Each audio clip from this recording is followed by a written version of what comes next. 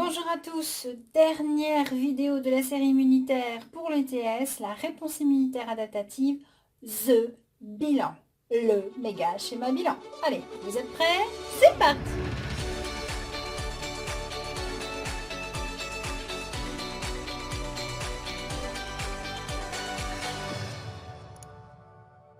Alors, la réponse immunitaire adaptative, elle ne démarre que s'il y a eu la réponse immunitaire innée. Donc, au démarrage de notre schéma, on va voir la fin de la réponse immunitaire innée, l'enclenchement de la réponse immunitaire adaptative avec ses différentes phases, la sélection, l'activation, la prolifération et la différenciation des cellules.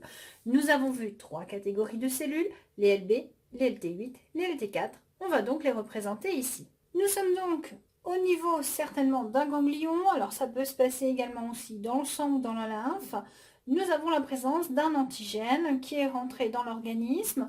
Donc soit cet antigène est libre, et c'est le cas ici de protéines à la surface de la bactérie, soit la bactérie a été phagocytée par des cellules douées de phagocytose, alors ça peut être les granulocytes, les macrophages ou les cellules dendritiques.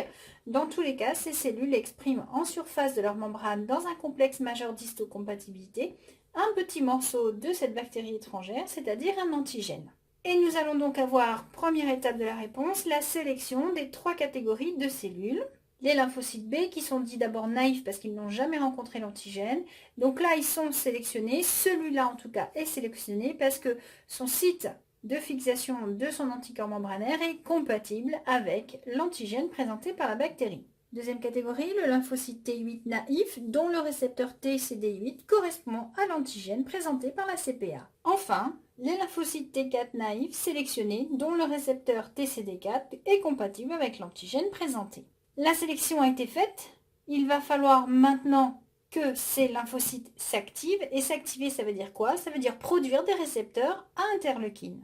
Voilà, nos 3 lymphocytes sont activés. Ils possèdent donc en surface des récepteurs à interleukine. Il ne leur manque donc que cette interleukine pour se multiplier et se mettre en route. Cette interleukine va être produite par le LT4.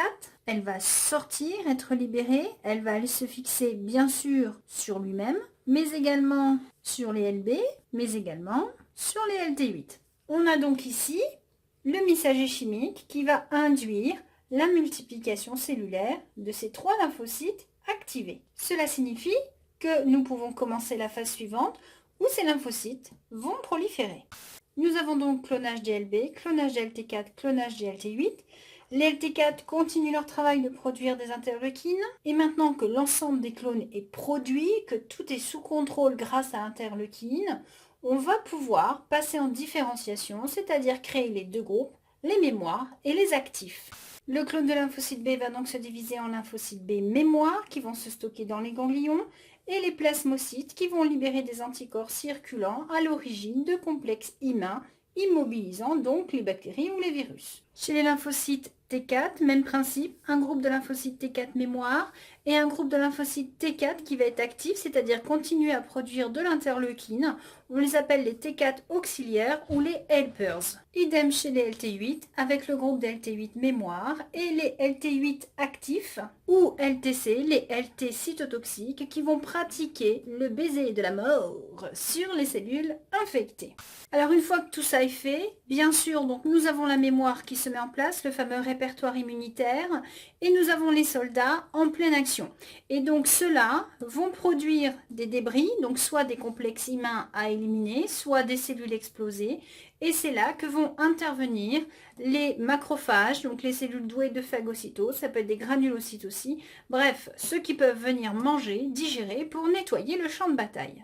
Alors on peut se demander la vaccination à quel niveau elle intervient. Eh bien on a dit dans la vidéo précédente que la vaccination permet la sélection des premières cellules. Or, pour faire la sélection des premières cellules, il faut que les antigènes soient présentés.